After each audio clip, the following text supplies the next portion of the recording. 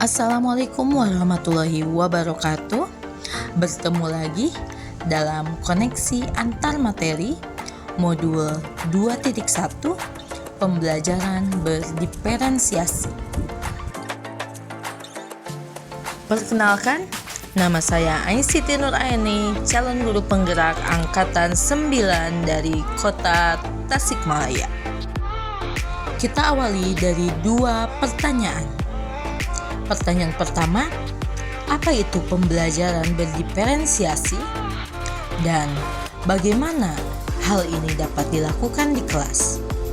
Pengertian pembelajaran berdiferensiasi yaitu serangkaian keputusan masuk akal, common sense, yang dibuat oleh guru yang berorientasi pada kebutuhan murid. Selanjutnya, bagaimana penerapan pembelajaran berdiferensiasi di kelas? Ada 5 poin. Poin pertama, menentukan tujuan pembelajaran.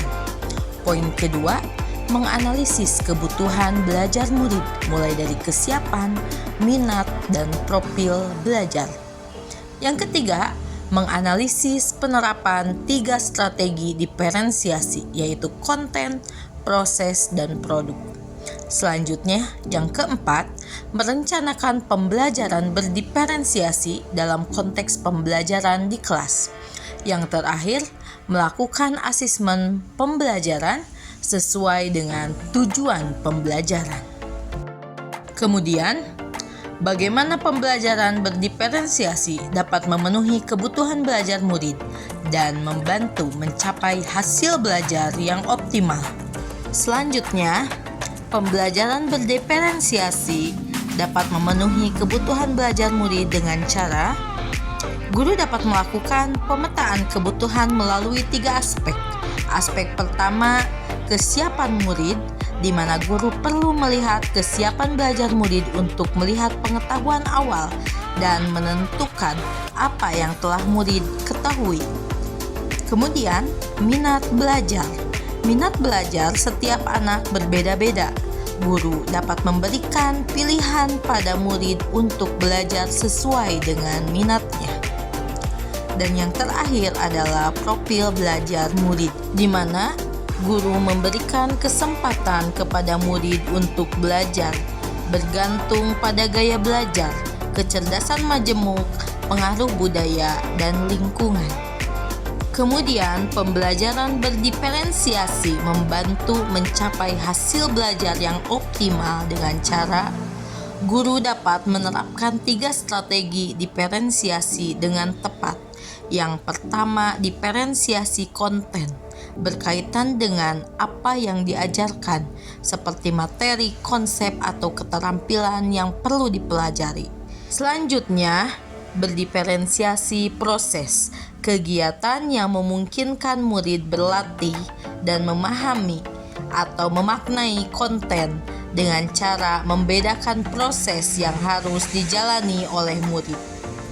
Selanjutnya, berdiferensiasi produk, yakni bukti yang menunjukkan apa yang murid pahami dengan cara membedakan produk sebagai hasil belajar murid.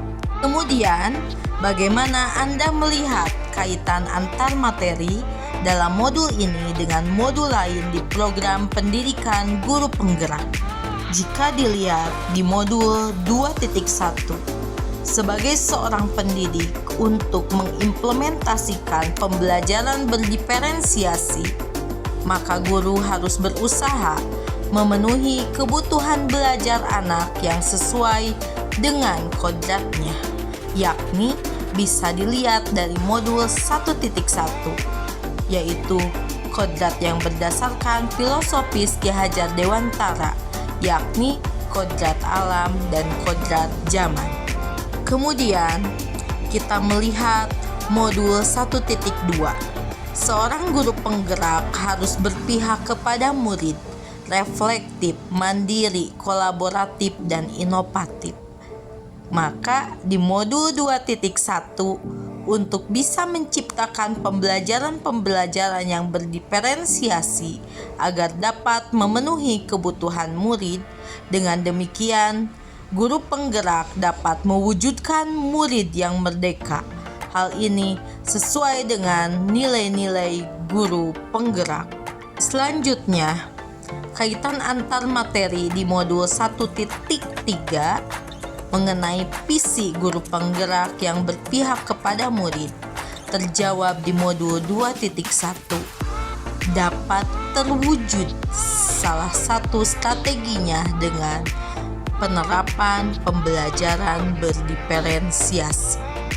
Yang terakhir, modul 2.1 dalam pelaksanaan pembelajaran berdiferensiasi antar guru dan murid, maka modul 1.4 harus ada disiplin positif antar proses pembelajaran dapat berjalan dengan baik sesuai dengan nilai-nilai budaya positif. Terima kasih telah menyaksikan. Salam Guru Penggerak.